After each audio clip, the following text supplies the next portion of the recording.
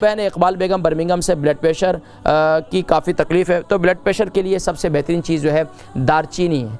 दारचीनी जो है और इसके साथ साथ दारचीनी और अदरक इन दोनों का कावा बनाएं। कावे के अंदर जो है आप जो है अगर शुगर है तो आप जो है शुगर फिर आप उसमें शहद न डालें। अगर शुगर है तो फिर आप शहद न डालें, अगर नहीं है तो फिर आप जो है उसमें आप शहद इस्तेमाल कर सकती हैं।